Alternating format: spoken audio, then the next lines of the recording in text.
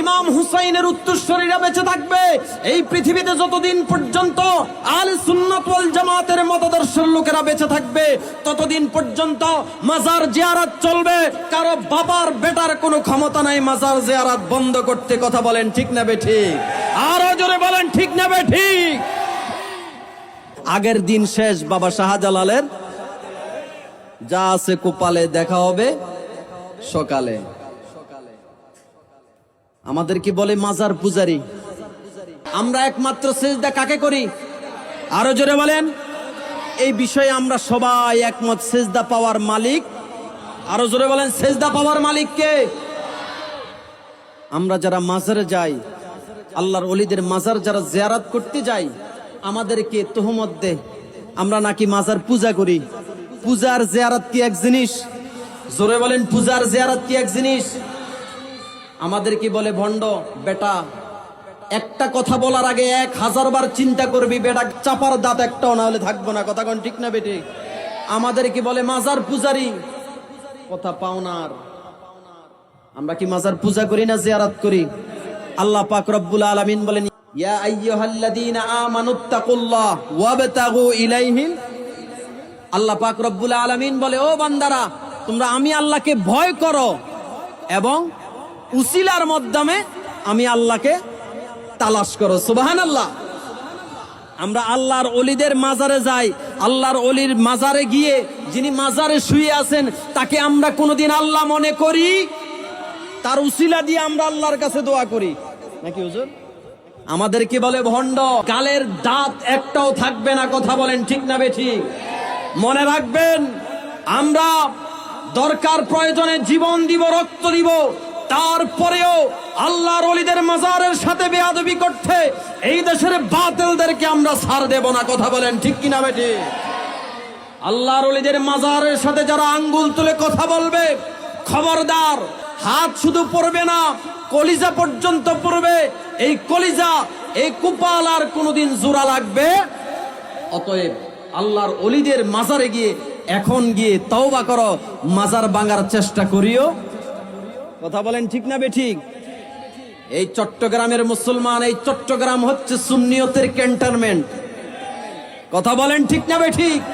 বাংলাদেশের মধ্যে যত জেলায় গিয়েছি, যত দেশে গিয়েছি, যত ইউনিয়নে গিয়েছি, চট্টগ্রামের মতো সুন্নিয়ত আর অন্য কোথাও আমরা পাই নাই। কথা বলেন ঠিক না বেঠিক?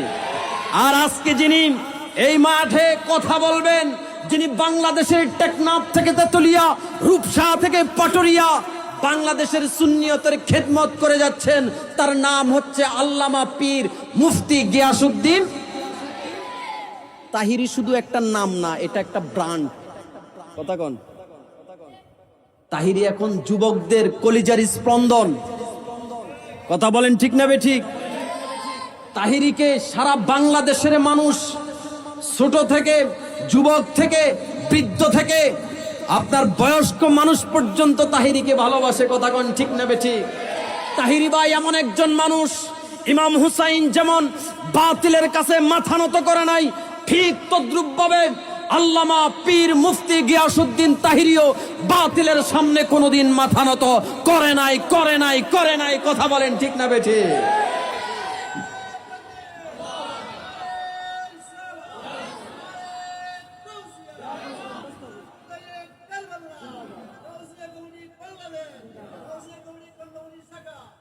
আমার বন্ধুরা, বলতেছিলাম আমাদের কি বলে মাজার পূজারি, আমাদের কি বলে ভণ্ড। কথা কোন ঠিক না বেঠিক? খবরদার, এই তহমত দেওয়ার দিন শেষ। এখন বাবা শাহজালালের বাংলাদেশ। কথা বলতে সাবধান, কথা বলতে হুঁশিয়ার। আমাদের এদিকে আঙ্গুল তুলতে, একটা আঙ্গুল তুলতে 100 বার চিন্তা করবা, 1000 বার চিন্তা করে আমাদের এদিকে আঙ্গুল তুলে কথা বলবা। কথা বলেন ঠিক না বেঠিক? আরেকটা কথা পরিষ্কার ভাবে আমি আপনাদেরকে বলে দিয়া যাই, আমরা এই সুন্নিয়তের খেদমত করে যাচ্ছি। আমরা যেটা হক সেই কথাটাই আমরা সবসময় বলি। আমরা সাদাকে সাদা বলি, কালোকে কালো বলি, দিনকে দিন বলি, রাতকে রাত বলি। কথা বলেন ঠিক না বেঠিক? এই দেশের মধ্যে ভণ্ড পীর আছে না নাই? আরো জোরে বলেন, আছে না নাই? আমরা তাদের পরিপন্থী। অতএব মনে রাখবেন, আমরা সেটাকে প্রতিহত করব কিভাবে? ফর এক্সাম্পল, আপনাদেরকে একটা এক্সাম্পল দিই। একটা মানুষের মাথার মধ্যে উকুন হইছে। কি হইছে? এখন উকুন সারানোর জন্য তার মাথাটা কাটতে হবে নাকি? হ্যাঁ, ওই কয় হুজুর মাথা কাটে ফেলাই দেব, মাথা কাটতে হবে না। উকুন কিভাবে পরিষ্কার করা যাবে সেই পদ্ধতি গ্রহণ করতে হবে। কথা বলেন ঠিক না বেঠিক?